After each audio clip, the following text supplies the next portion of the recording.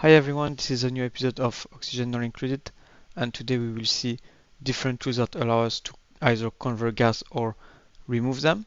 So the first tool that we're going to go through is the Algae Terrarium.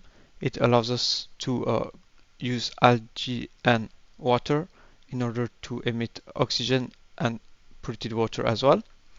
So as we can see here, when I turn on the plumbing overlay, we cannot see anything to evacuate that water. Is because after a while this water will accumulate in this algae terrarium, and the duplicant will need to empty it. So we can see here there is content. So the duplicant put some algae, it put water as well, and there is some polluted water that has been produced. If I unpause the game, we will see that it's slowly increasing. So that's because it's created by the algae terrarium, and the other two resources decrease. We can also see that over time some oxygen is being created. It's going to take a little while to completely remove this carbon dioxide and generate oxygen to replace it. So I'm going to speed up the process and see what happens after it. I've sped up the process, and we can see now that the room is mostly filled with oxygen, even though there's still a little bit of carbon dioxide because the process hasn't completely finished. We can see that most of the carbon dioxide was converted into oxygen. We can also see that some polluted water was created here by the Algea terrarium.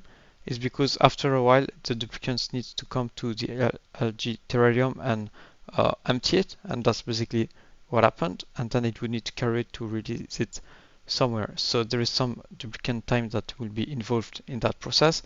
It's not automatic, so it doesn't work on its own.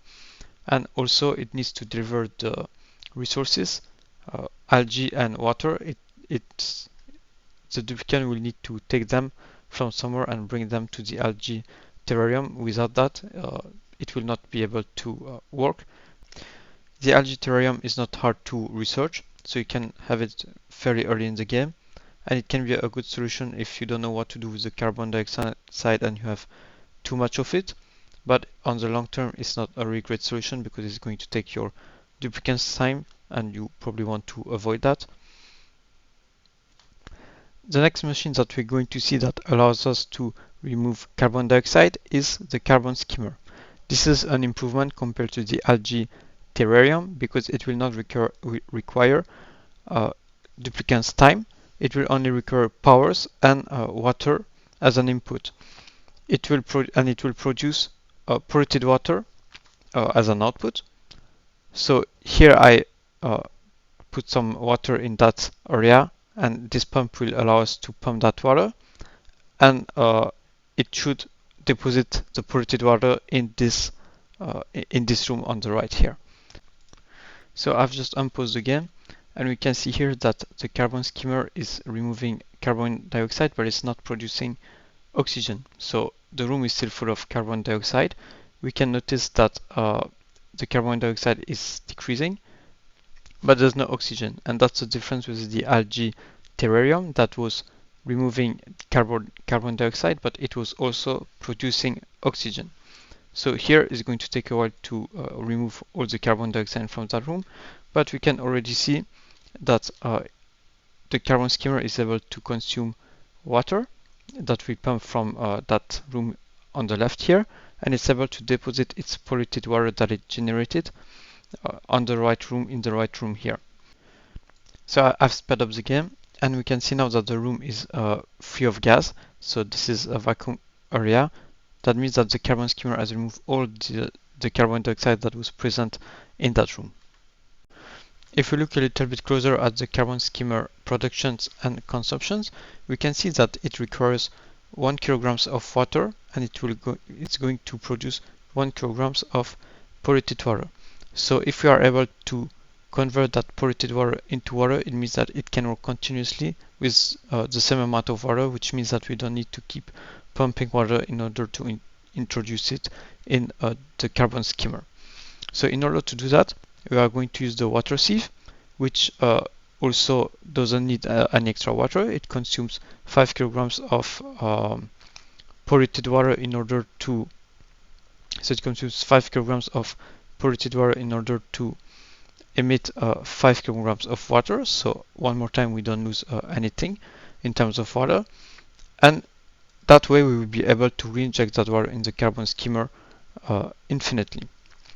So how it's set up? So first I have a liquid pump here that is going to pump the water from that room in order to inject it in that carbon skimmer, and that carbon skimmer is going to eject its polluted water into the water sieve. That is then going to send back the clean water into the carbon skimmer, and then we can simply remove that bridge and it should work forever. I've just removed the liquid bridge, and so now it should run on its own without any extra water. So I've unpaused the game, and we can see that the polluted water goes into the water sieve and then it's getting clean and it's going back into the carbon skimmer. The only problem you could face is that if you have too much water here that piles up, it could block the water sieve at the exit in order to release its water. But other than that, it should work continuously on its own. The next device is the Deodorizer. So it's going to convert polluted oxygen into oxygen. In order to do that, it will require a filtration medium. So it can be, for example, either sand or rigorous. And obviously it's going to require polluted oxygen as well and a little bit of power. So the filtration medium will need to be delivered to the deodorizer.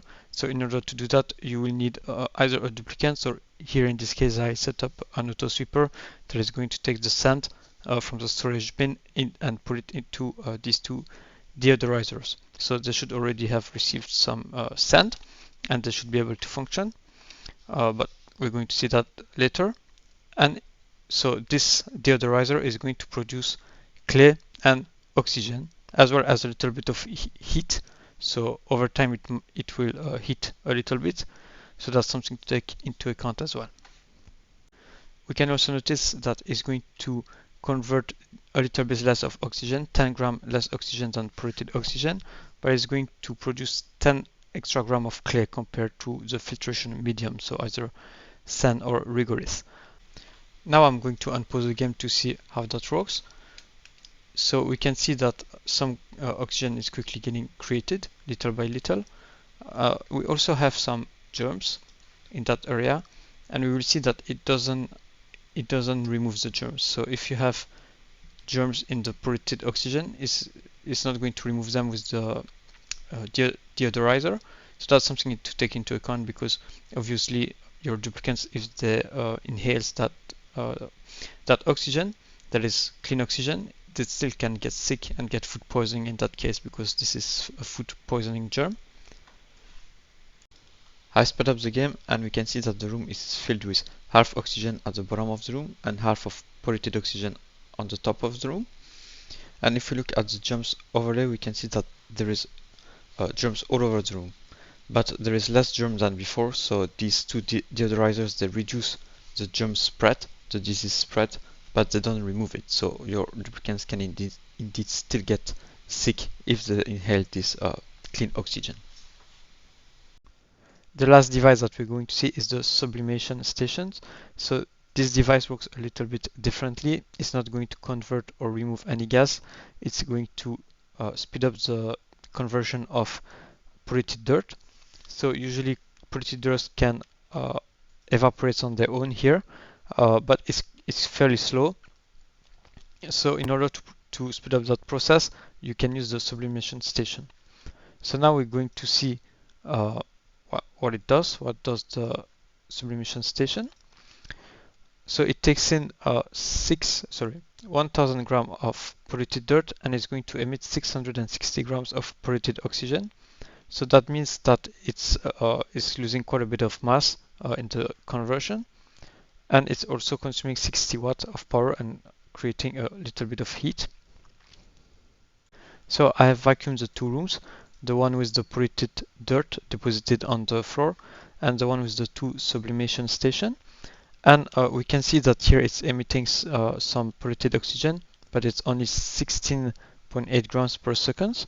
So we can see when we put the overlay, gas overlay, that it's less than a gram of polluted oxygen in that room.